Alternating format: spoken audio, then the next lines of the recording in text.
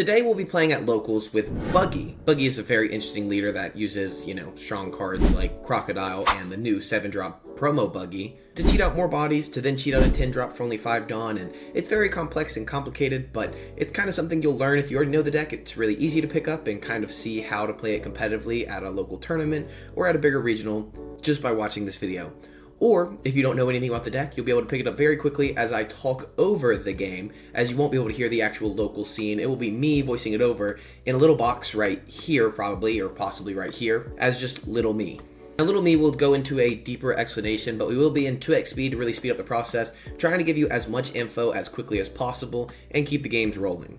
As always, if you enjoy this one, like, subscribe, join the Discord down below, join the One Piece family, and let's get into locals games. And look at that, I'm in the top right. You can see our starting hand is pretty strong there. We'll definitely check it out in just a moment and actually take a deeper dive. We are choosing to go first. We played on Galdino. Galdino's going to look at the top 4 and grab a Buggy Pirate type character. We grab the strong 7-drop Buggy promo.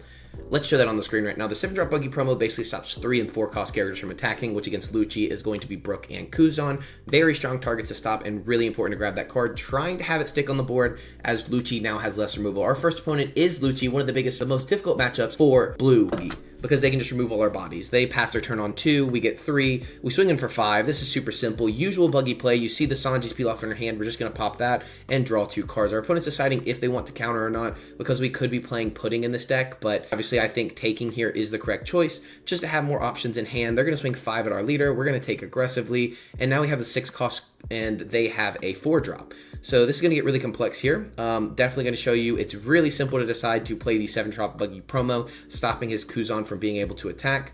That is definitely the option we want to go with. We need to use 5 Dawn for our leader effect, discard one of our Crocodiles, play out the Mihawk, draw 2, and then we get to trash 1 more. We're going to trash the Sanji's peel off just for the late game. We did swing in for 5, I believe, already. Did we not swing in for 5 that turn? I never think I untapped my leader, so that was a play mistake there. Just forgot to untap my leader.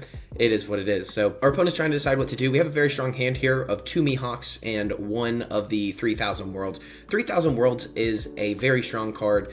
We will have a deck list at the end to really give you some inspiration or detail on this deck. But I find 3,000 Worlds to be an amazing card, and you'll see it pop up a few times as we play out these games. We do have 4 games total for you today. It was a smaller local scene at Ready, Set, Sort, an amazing local card shop that I always go to. They're going to swing 5 at us. We may choose to just block this for free because his Kuzan can't attack anyways. He gives -1 cost to the Mihawk, and he KOs the Mihawk. So now the Buggy's still on the board. He does have some very strong 3-drops, and he can easily remove the Buggy in the future, meaning that he was not worried about the Buggy. But he did have to swing leader first to give the -1. We're going to swing in for 5 here. We have 7 total Dawn. We choose not to leader effect just to really build up a stronger board. So we swing in for 5 this time, actually remembering to. I can't remember if I really did or not on the 5 Dawn turn, but then we just pass it over. So they easily should be able to remove this Buggy. That's going to be very difficult for us. We also don't want to counter out aggressively, so we do have our leader effect on for later on, especially with the kind of hand we're building up here. But I also really like the hand. So they go Uta. Uta gives -2 to one of your characters just by resting itself. And then he plays down a Shigan finger gun, just KOing a 5 cost. So now all of his characters can now swing, and this puts us in a very bad spot. So he makes our Crocodile into a 3 cost. He swings in for 5. We take aggressively here. Not that we want to continue taking aggressively, but that is a 3 cost. Or no, he wanted to change it to Daz Bones. This is correct. I remember this now.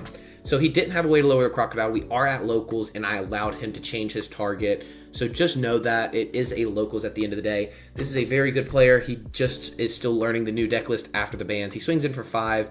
We decide if we want to counter or take. We take again. We do get a Pudding in hand finally, but our opponent's going to probably counter out aggressively in the future, or they have a small hand size, which we cannot see. So we counter out both of those attacks and then draw for turn. So we at least have 1 body that did stick on the board, but we have to deal with that Uta. So we're going to swing in for 5 at Brook here, it looks like. I think Brook's a great target. Uta cannot be KO'd from leader's attack. So when we attack with our leader into the Uta, it has no ability. The Uta is the far left card that you can't really see right now. So just keep that in mind, that that's a very strong card we have to deal with. Counters out for the 2K. So that means we did swing into the Brook there, I would assume, because it does do a 2K counter. We're going to swing in for 7 at the Brook, it looks like. We're going to 3,000 Worlds, get rid of the Kuzan. I do think it may have been strong to get rid of the Uta there, but we are going to discard a card to play out the Mihawk. So the reason the 3,000 Worlds, let's talk about that card right now since we just saw it pop up. The reason that card is so strong is that when you go into your 9 Dawn curve, right?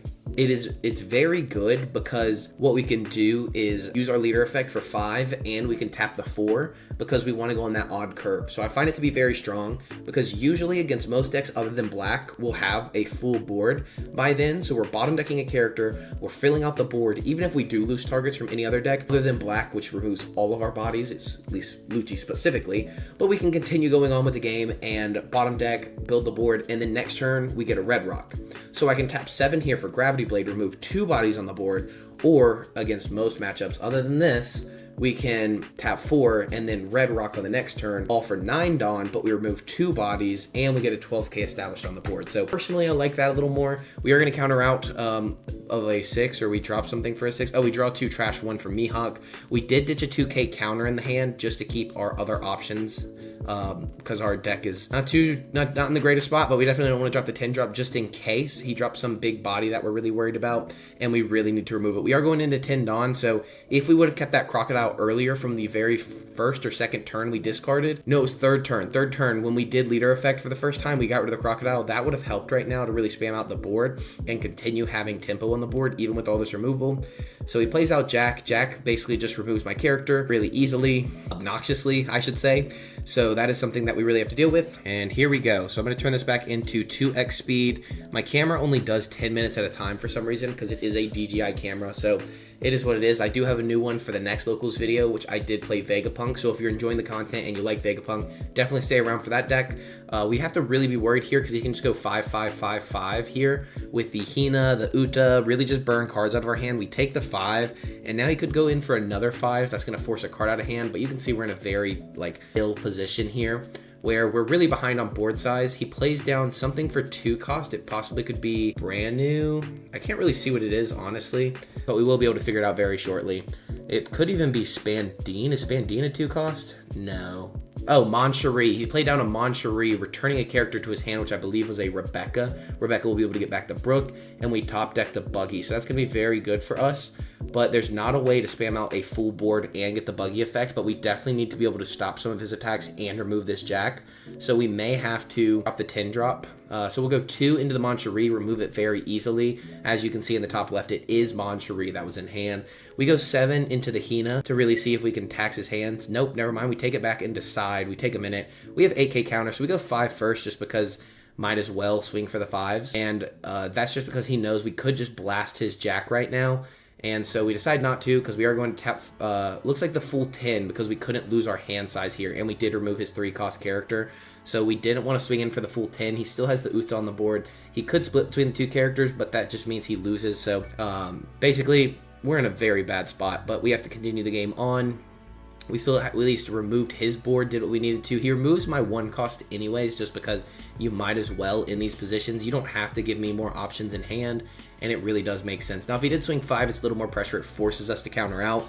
But with getting rid of one of our bodies, knowing we don't run rush options, it's really good just to make sure there's no way we could split in the perfect world. If he had no counter in hand, we swing for 5, we swing for 7, we swing for 12 or 11 or 8 and 6 and whatever the math would be. So he swings in for 5 with the Uta. We do give him a card out of hand because we have to. He plays out Rebecca. Rebecca giving -3 cost to our character, making Crocodile a 2 cost.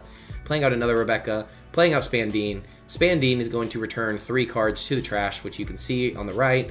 And then Lucci is going to return 3 cards from the trash to the bottom of the deck, all just to play out a 6 cost to 6k Lucci and remove our board. So we're in a very bad spot. Technically, he didn't have to swing in at the character because he could have just popped. He could have done 5 and 5, and then the Lucci would have popped both characters itself. But that's just... At this point, I don't think it matters too much. There's not really a way to spam out the board and go for game. We don't have a way to clear the Uta, so he can just split between the Uta and the leader.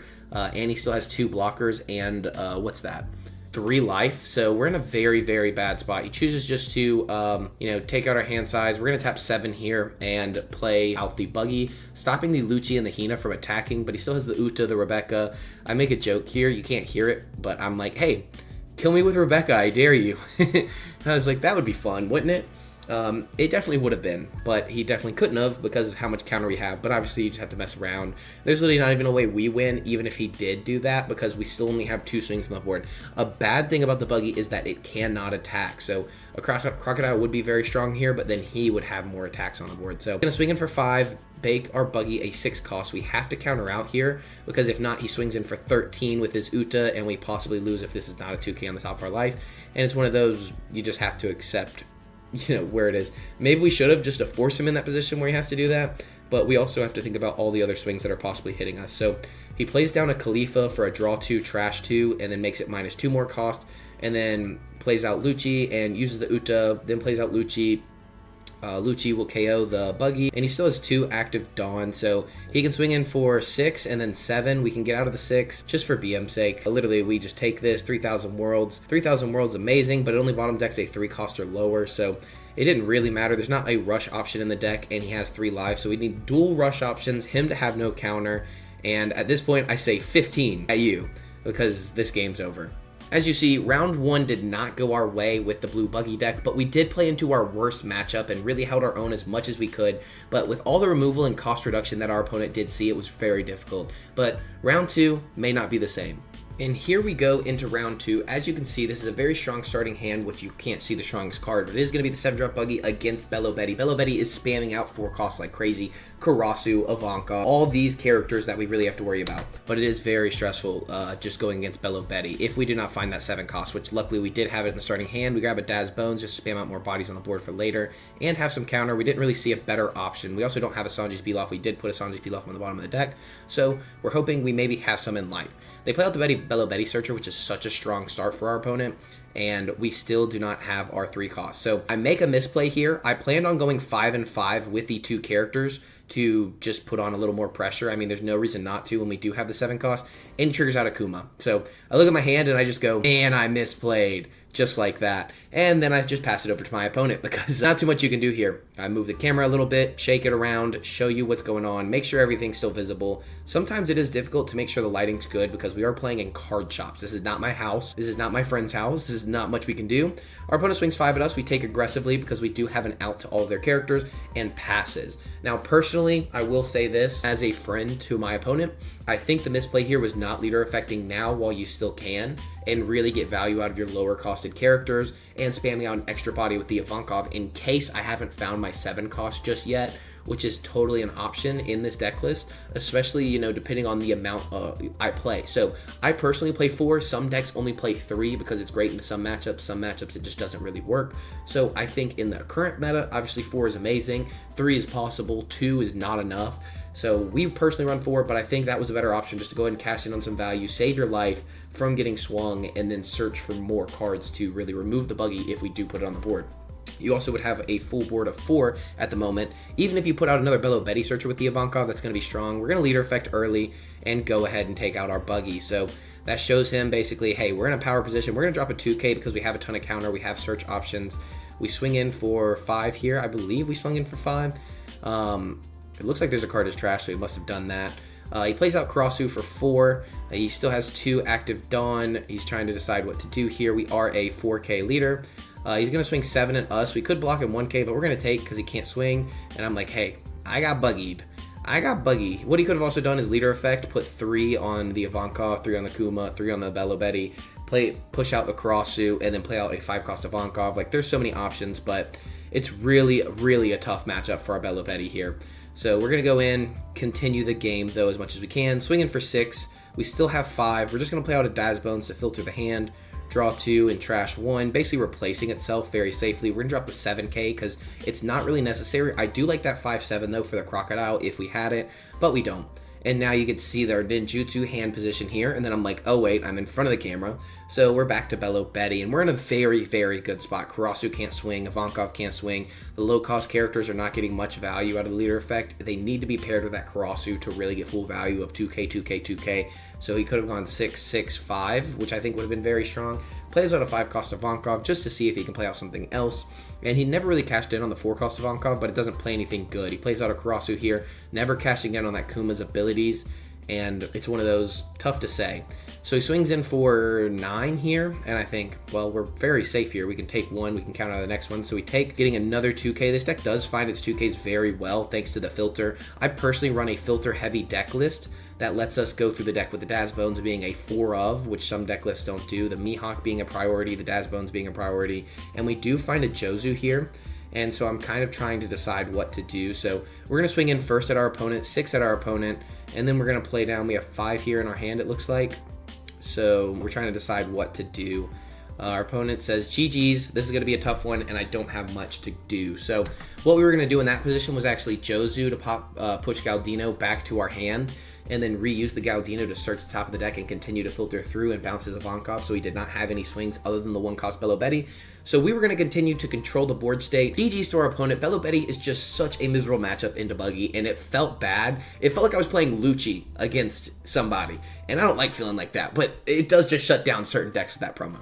As I said, Belo Betty is just such a favorable matchup for us. It was quick, it was easy, and it's not even our opponent's fault. So remember to always be courteous to all of our opponents, even if they beat me, even if they lose to me. Always be kind, be respectful. You can mention misplays and stuff like that. Just use kind words when you do it. Let's get into the next match, the 3rd round of the tournament.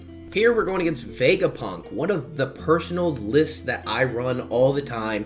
If you guys follow the content early in the actual channel, I played a lot of Vegapunk, and I will be playing a lot of Vegapunk very soon. And like I mentioned, it'll be in the next Locals video. But here is our starting hand. It's going to be a 4-cost 3,000 Worlds, Sanji's Pilaf, a 2K counter, 2 Daz Bones, and 2 3,000 Worlds, which I only run 2 in the deck, and it's one of the strongest cards into Vegapunk to really control the board. So we did go first, which is really nice against Vegapunk. I can see the camera's obviously a little off-centered for you guys. Let's fix that and make sure. I hope it was good for all of them and wasn't horribly off to the side, because it looks like it may have been, but oh well, deal with it. So now we're going to be playing into, like I said, Vegapunk here. Let's start the matchup as we go. He does play down a 5-cost Luffy early, and we choose to swing or not. We swing in for 5 because we can play very aggressive into this matchup knowing we have the ability, but our opponent chooses to go ahead and counter out aggressively here, which I don't think is a bad idea into this matchup. I also think it's good to do into like Purple Luffy, aggro decks, and he's going to swing in for 8. We're going to take and allow him to draw 2, trash 1. That is the whole purpose of what he did. So he's going to be on 4 Dawn when he does that. It's going to be very strong for that Bonnie effect. Usually Vegapunk does want to go first as a Vegapunk player. We have a large hand size. We have a lot to do here. We are on 5. We're going to swing in for 5 at our opponent and decide what to do. So we're going to discard Pudding, because Pudding is not great into this matchup, to play out a Daz Bones, a 5-cost character so that Luffy cannot pop it, and then draw 2, trash 1, where we're going to drop a Mr. 1 Galdino, because we don't have a Jozu at the moment, and we have a lot of the options we need. We have another Crocodile, we have removal, we have a lot of good things in hand right now. So our opponent's in a really good spot with the Bonnie and having the Luffy on the hand, and we did actually fix the camera there, it looks like. So let me make sure this still looks good for you guys. Yeah, let's scoot this over just a little bit and make sure the game's still rolling. So our opponent swings in for 6 and then swings in for 9 to get the draw 2, trash 1 from the Bonnie, allowing them to filter like crazy and still have an active Dawn to spam through the board, you know, spam another body or gain a life. So let's see what our opponent chooses to do. It is the hardest part of a Vegapunk deck list to know when to put out bodies on the board and when not to. So we see that that Bonnie is cashing in a lot of value for our opponent. He drops another 2K from hand, which we do keep in mind later in the game when we go for lethal. So just keep that awareness there. We don't really have bodies that the Luffy can pop, so it's just kind of sitting on board. He decides to gain a life as a Nami. So he says, I want you to have to play around this. I want to force you to play around this, and he specifically does say that with that Nami in his life up there. So I like that, but it also shows me I can choose when to swing what characters where, so it puts me in a very good spot. We swing 5 into the Bonnie, we go 6 into the Luffy. We're going to try to force him to counter out aggressively, 7 into the Luffy, and we're going to be able to spam the board out. So tap all 7, play out Crocodile into Mr. 1 Daz Bones, just kind of organizing the board a little bit, because sometimes I don't do that and people do not like that. So board is organized, we are good to go. We have 2 sideways characters. He has no lethal swings. I think playing the Nami into life as a personal Vegapunk player was a misplay, and I think he mentions it later as well, that it was a misplay. I think having that Vegapunk is very good. Or I mean, having that Nami for removal is going to be very good to control the board and really force us into the position rather than letting us decide what position we want to be in. So we get to kind of choose when to do this, because we can swing into board and then swing into Nami and make sure all of our 5 costs are safe. He taps 1 to play out the Atlas, taps 5 to play out Shaka, so he does have a blocker on the board now, and we readjusted the camera again, it looks like. So we play out 3,000 Worlds, bottom deck Atlas, because Atlas is, so there, here's a good answer for you guys, a good like idea for you guys. So we bottom deck the Atlas there. Atlas is very strong, right? But it's one we don't have to worry about now that the removal's here, and then we can tap the 5 to play out the 10 cost Buggy, which was in hand. So we get to bottom deck both characters for a hold on a 9 Dawn turn against a deck that didn't play removal. If he would have played removal, we could not have done this because we don't have another way to spam up 2 bodies on the board. So he discards a card, gets rid of our Daz Bones, but that's why we played out the Buggy first, is so that we can get one of our swings in and fill out the board completely. We get to swing in for 5. He takes aggressively. We swing in for 7. He chooses to tap 1 Rayquaza and get plus 3,000 power. And another life that he is taking, let's see what the trigger is. It's another Nami.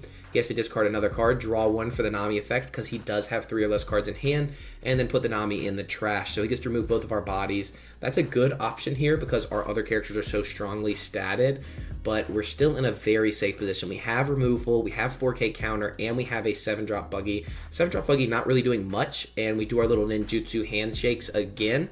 And I think this match is really oriented towards the player that goes first. And we're back into the matchup. The camera quality has gone down a little bit. Holy cow, I don't know what we're doing here.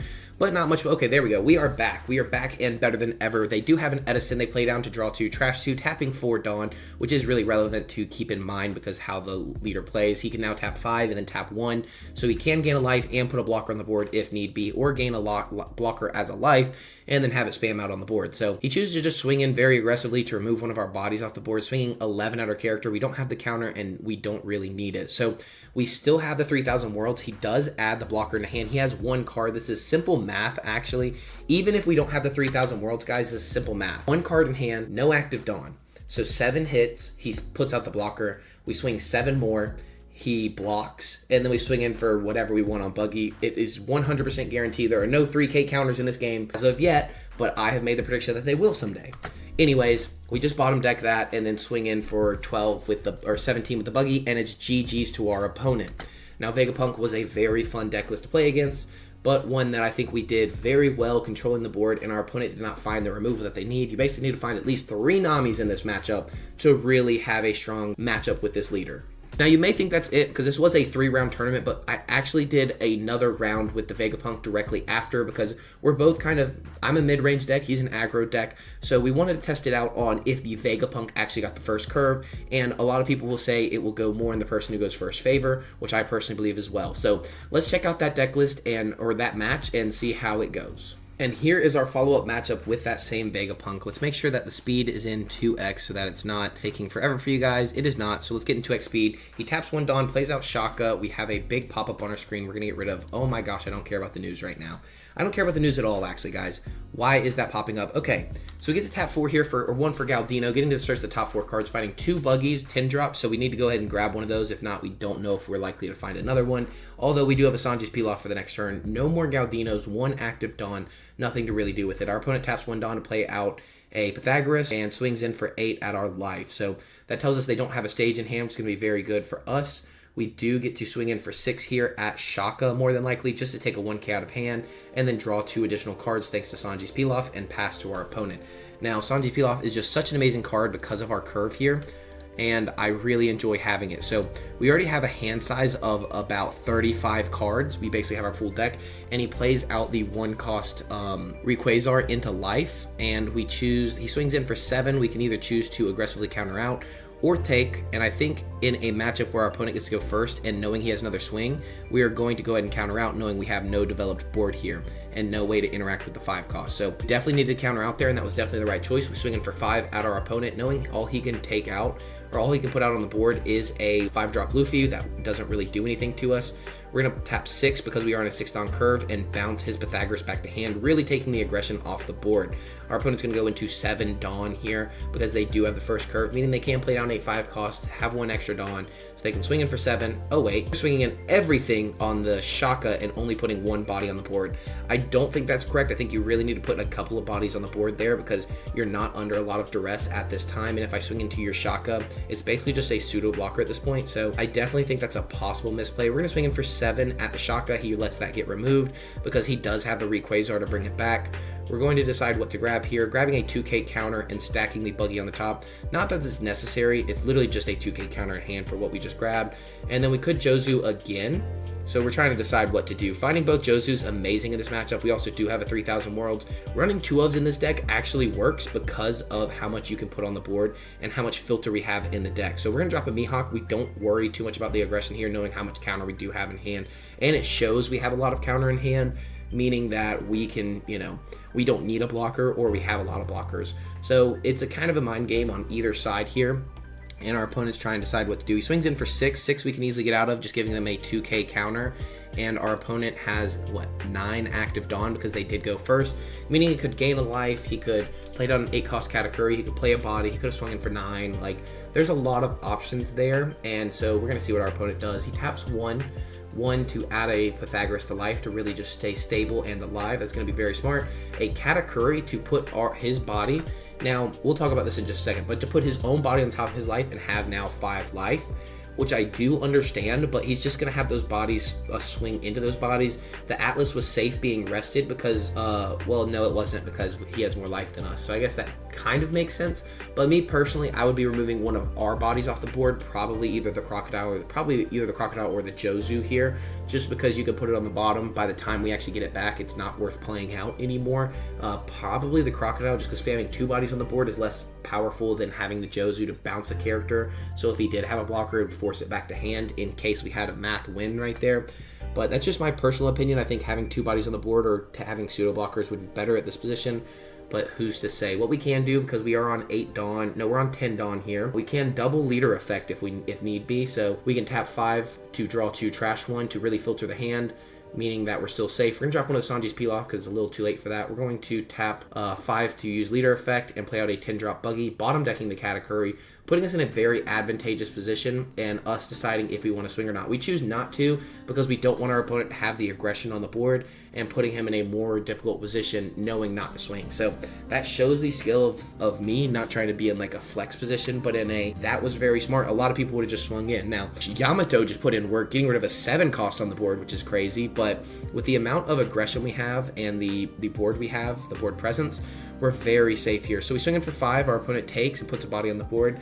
Now most of our swings are going to be 7, so we're very, very safe to continue swinging in. We do have a 3000 Worlds in case he puts the shock on the board, just to go ahead and remove it. We swing in for 6, we swing in for 6, he's taking very aggressively, and what we can do is math win after this. Now we are going to jump and put the speed back on 2x. That was our short little video. And now we'll have to decide what to do. So he does have a full board. We swing in for 7, seeing if there's another trigger. We're not scared to swing in. So when you're playing against a Vegapunk, don't be scared to swing in when they already have a full board. They have to replace their own units to take the triggers or add the cards back to hand. So now he has to replace one of his characters, a 5-cost static character. So that's going to be very good for us. So we're going to swing in for 7 here. He's going to play out a Lilith to be able to search the top 5 cards of his deck and add something to hand. That's going to be very good for us. So we're looking to play some kind of removal. I can't fully tell in the hand. It looks like a Jozu. Oh my gosh, I remember this now. Okay, so you see we have 10 Dawn, untapped, nothing to do. Well, 6 plus 4 is 10. He grabs a Zoro. Zoro's ability is that trigger rest one of your opponent's character, force them to play around. He swings in for the 12. He just takes, so we bottom deck the Shaka for next turn. Just being able to bottom deck a 5-cost or lower is very strong, especially to this matchup.